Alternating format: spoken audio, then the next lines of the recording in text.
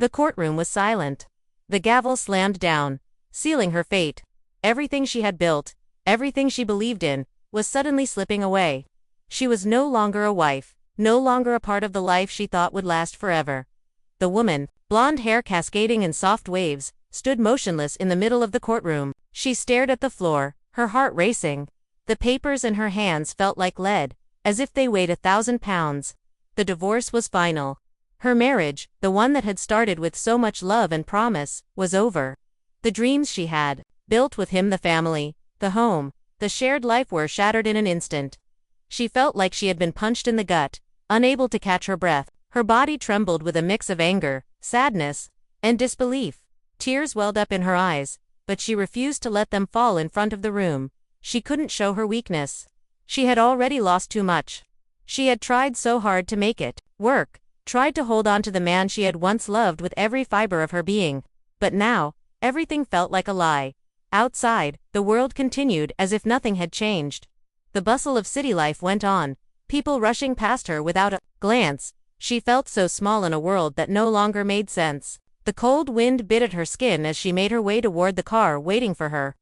But as she reached for the door, the driver didn't open it. He just stood there, watching her. A figure stood in the distance, silhouetted against the setting sun, tall, broad-shouldered, and undeniably powerful. He was staring at her. His face was partially obscured by the light, but there was no mistaking his presence. It was William Hawke, the billionaire tech mogul, the man who had built an empire from nothing. A man whose name was whispered in boardrooms, in the media, and in the corridors of power. But why was he here? She knew his name. Everyone did. He was known for his success, his ruthless ambition, and his ability to change the world with a single idea. But he had never been a part of her world. As she approached, she couldn't help but notice the calm, composed aura he exuded. He was a force, but there was something unsettling about the way he was looking at her. It was as if he was seeing right through her, understanding her pain without a single word. She stopped in front of him, her breath catching in her throat as she tried to make sense of why he was standing there. His eyes, a piercing shade of blue, locked onto hers, sending an electric shock through her body. He didn't say anything. He just stood there, watching her. She opened her mouth to speak, but nothing came out. She didn't know what to say. What could she possibly say? She had just lost everything. She had no words. No strength. Days passed, but she couldn't get William Hawke out of her mind. There was something about the way he had looked at her, something in his eyes that felt different from the rest of the world. She had brushed it off at first, but it lingered, gnawing at her from within.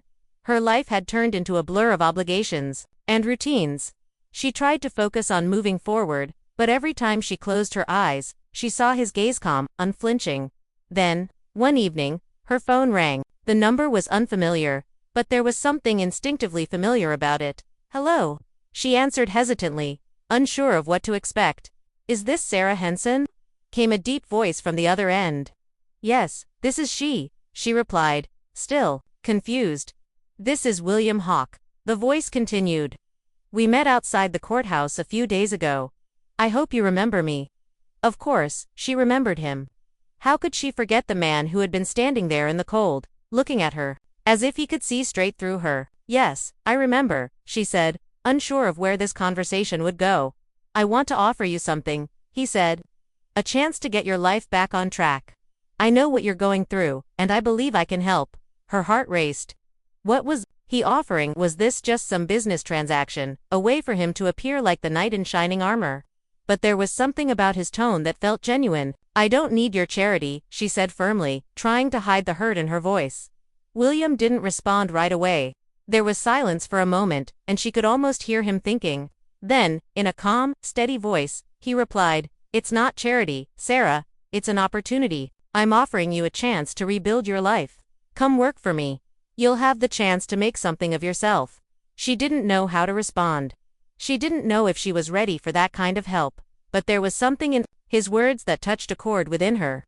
"Think about it," he added before the call ended. She sat in her apartment, the phone still clutched tightly in her hand. She was stunned. Why was William Hawke offering to help her? What did he see in her that made him want to do this? She wasn't sure, but she knew one thing. She couldn't ignore the opportunity. It was a chance for a new beginning, for something beyond the life she had left behind. The next few days passed in a blur. She tried to focus on the life she had before the divorce, before everything came crashing down, but her mind kept drifting back to the conversation with William. Why had he called? What did he see in her that made him think she needed help? Finally, after much internal debate, she reached out to him. "I'm ready to take you up on your offer," she said. They agreed to meet at one of his private estates. When she arrived, she was greeted by an air of sophistication and calm. The place was pristine, a symbol of the wealth and success he had achieved. She felt out of place in her simple clothes, but she pushed the thought aside. William greeted her warmly. "I'm glad you decided to come," he said. "This isn't just about work. It's about giving you the tools to rebuild your life." Over the next few weeks, she found herself working alongside William, learning about the world of business, technology, and entrepreneurship. He didn't treat her like an assistant or a project. He treated her like an equal, someone with potential. She began to regain confidence, taking small steps forward. William's guidance was invaluable, but more than that, he believed in her. She had spent so long feeling worthless, but now she felt like she was capable of achieving something again. There were moments, brief and fleeting, where their eyes would meet in a way that felt like more than just professional respect, but she quickly brushed those thoughts away. She couldn't afford to complicate things. She didn't realize it at the time. But these moments, these quiet, shared moments were changing her. They were healing her. Weeks turned into months, and Sarah found herself growing more comfortable in her new life. She had a sense of purpose again, a goal to work toward. But as she spent more time with William, she couldn't deny the growing attraction she felt. It was subtle, but it was there. He was kind, supportive, and incredibly intelligent, and with every passing day, she found herself drawn to him in ways she hadn't anticipated. William, on the other hand, was always composed, never crossing the line between friendship and something more. But the more they worked together, the more she could sense the unspoken bond between them. He seemed to look at her differently now. His gaze lingered longer, his smile softer. One evening, after a long day of work, William invited her to stay for dinner at his estate. They sat at the table, talking about everything and nothing at all. It was the most relaxed she had felt in months.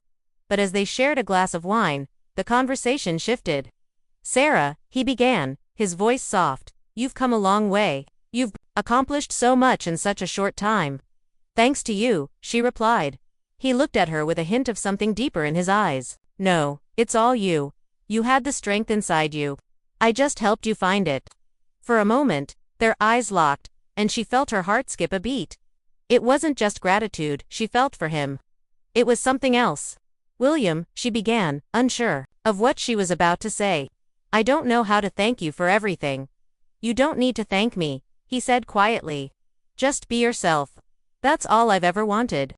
It was an ordinary day, but for some reason, Sarah felt a deep sense of unease. There was something about the way William had been acting lately that made her heart race. He had been distant, but not in the way she expected. It wasn't coldness, it was more like he was holding something back.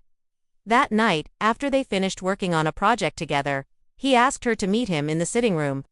She didn't know why, but she felt a flutter of anticipation in her chest as she walked toward him.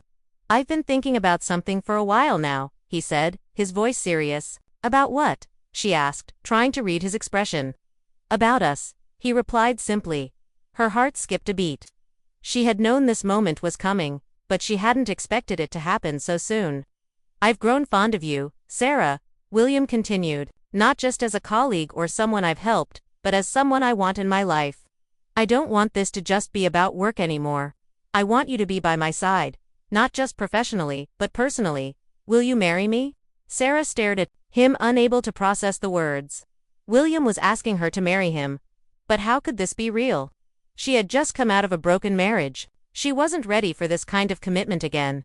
But as she looked into his eyes, she saw the sincerity in his gaze. This wasn't a game for him. He wasn't trying to manipulate her. He cared for her, and for the first time in years, she felt the same way. She began. But her voice faltered. William took her hands in his. "I know it's sudden, but I don't want to waste another second without you by my side." And in that moment, something inside her shifted. She realized that she was ready to take this leap. She was ready to build a new life with him. Together. They married quietly, with no public spectacle. It was everything Sarah had wanted. A new beginning, built on love, trust, and a shared dream of what could be. They were no longer two people lost in their pasts. They were a team, ready to take on the future together.